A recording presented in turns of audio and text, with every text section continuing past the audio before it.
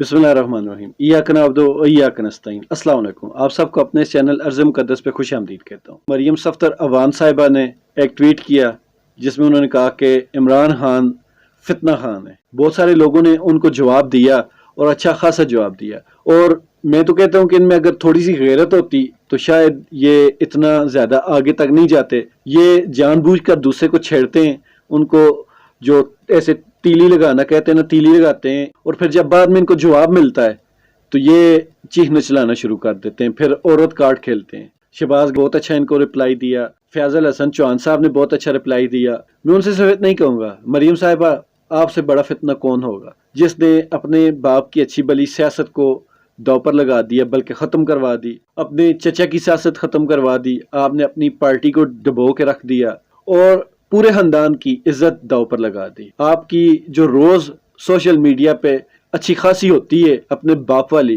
तो इससे साबित होता है कि आप वो वाला फितना है जो कम से कम और कुछ नहीं तो अपने घर को ज़रूर खा गया है। जिस तरह कहते हैं कि डायन 7 घर छोड़कर वार करती है, उस डायन से भी बदतर निकली कि आपने फितना गरी या फसाद गरी अपने घर से ही शुरू की। आपने अपने खानदान को, अपनी पार्टी को, अपने वालिदैन को इस कदर रसवा किया कि शायद पाकिस्तान की तारीख में ऐसी कोई औलाद किसी और की नहीं होगी। बस इतना ही कहूँगा, अगर आपको समझ आई तो ये बहुत है। उसके बाद इमरान रियाज खान साहब, इन जिनका भी मैं व्लॉग देख रहा था, तो वो बता रहे थे कि पुलिस वाले कैसे उनको हरासा कर रहे हैं। उनके घर के दोनों साइडों पर पुलिस ने चौकी बना ली है, मतलब कि नाका लगा लिए, पक्का चौकी टाइप बना ली। तो मैं सिर्फ इतना ही कह सकता हूँ इस पे कि किरदार के कच्चे लोग जब हुक्मरान होते हैं तो उनसे इसी तरह की हरकतों की तवक्को की जा सकती है और की जानी चाहिए, क्योंकि उनके पल्ले इखलाकियात होती नहीं,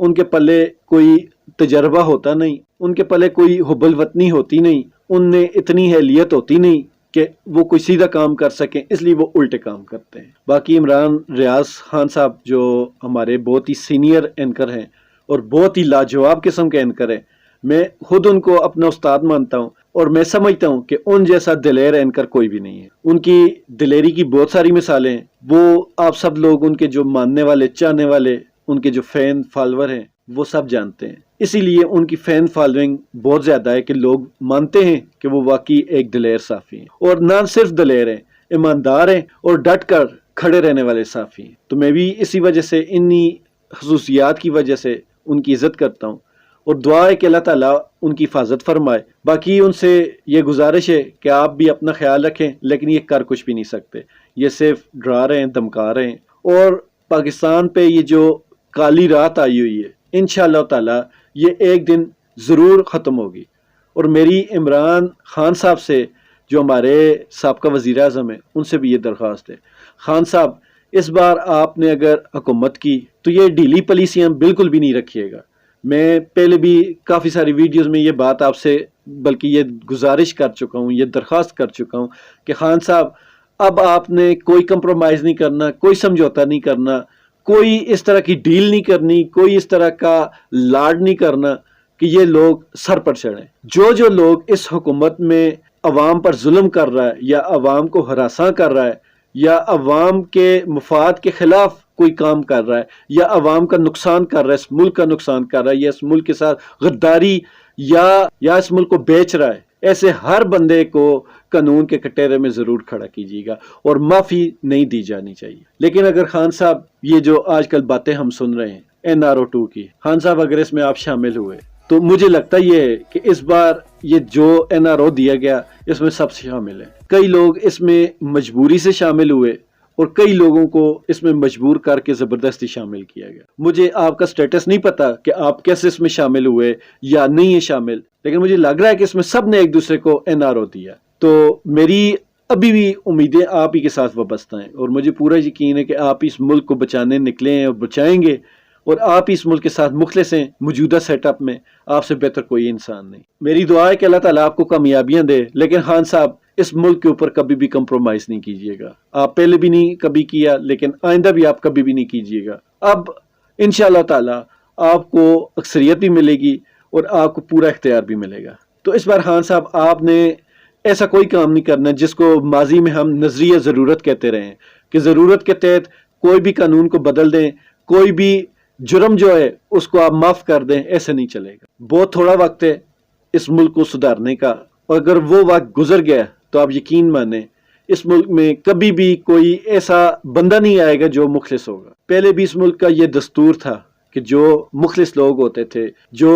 سفید پوش لوگ ہوتے تھے، وہ ہمیشہ کہتے ہوتے تھے کہ جتنا آپ چھپ کر رہیں گے اتنا آپ بچے رہیں گے، جو ہی آپ نے سر اٹھایا آپ ختم ہو جائیں گے۔ تو اس ملک سے یہ ٹرینڈ پہلے بھی ختم نہیں ہو رہا تھا، لیکن اس بار جس طرح یہ حکومت گئی اور لوگ مرنا شروع ہوئے تو آپ یقین مانیں یہ ڈر بہت عرصے تک رہے گا۔ اسی وجہ سے میں کہہ رہا ہوں اس NRO میں جو بھی شامل ہے میری نظر میں وہ مجرم ہے، چاہے وہ ملک کے فائدے کے لیے شامل ہوا، چاہے وہ کسی بھی صورت میں شامل ہوا، ایسا ہر انسان میری نظر میں مجرم ہے، کیونکہ اس NRO کا جو اثر پڑے گا وہ یہی میں نے آپ کو بتایا ہے کہ اس کے بعد کوئی افسر ایمانداری سے کام نہیں کرے گا۔ ایمانداری سے مطلب کہ وہ آپ لوگوں کے حکم پہ کوئی بھی کرپشن کا کیس نہیں کھولے گا، یا کسی بھی کرپشن میں ملوث کسی بھی انسان کا ڈیٹا آپ کو نہیں دے گا، یا اس کے خلاف کوئی انکوائری نہیں کرے گا، انکوائری میں بیٹھے گا نہیں۔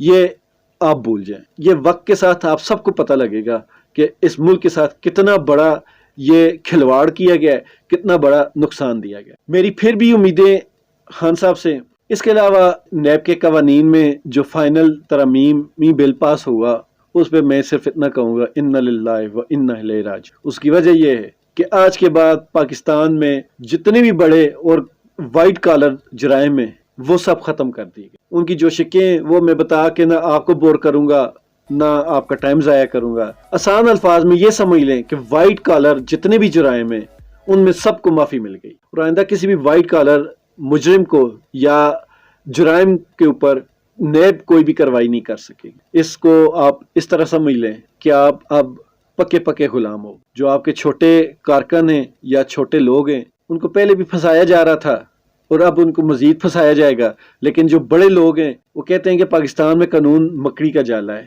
جو چھوٹے پرندے یا جانور ہیں یا اشراط الاعضاء ہیں وہ اس میں پھنس جاتے ہیں، لیکن جو طاقتور ہیں وہ اس کو پھاڑ کر نکل جاتے ہیں۔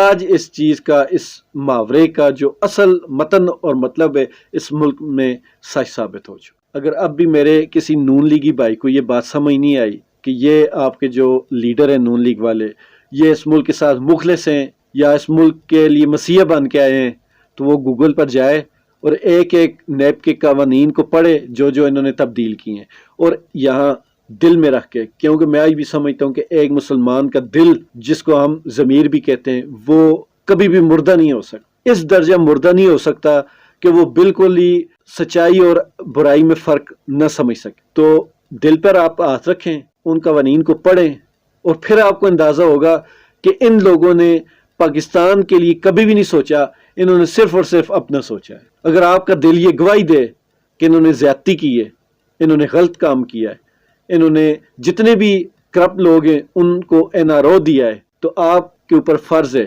کہ آپ ان کے خلاف نکلیں، بولیں۔ اگر آپ تب بھی نہیں بولتے تو پھر آپ ان کے جرم میں برابر کے شریک ہیں۔ اس کے بعد میں کیا، آپ خود بھی ان کی غلامی سے نہیں نکل سکتے، کیونکہ یہ غلامی کا آخری سٹیپ ہوتا ہے۔ جو بندہ اپنے لیڈر کی یا اپنے چاہنے والے کی برائی کو بھی اچھائی سمجھے تو اس کے بعد اس کے لیے واپسی کا راستہ بند ہو جائے۔ امید کرتا ہوں کہ آپ لوگ یہ چیزیں سمجھیں گے اور ان کے خلاف بولیں گے بھی۔ اللہ تعالیٰ اس ملک اور ہم سب کا حامی و ناصر۔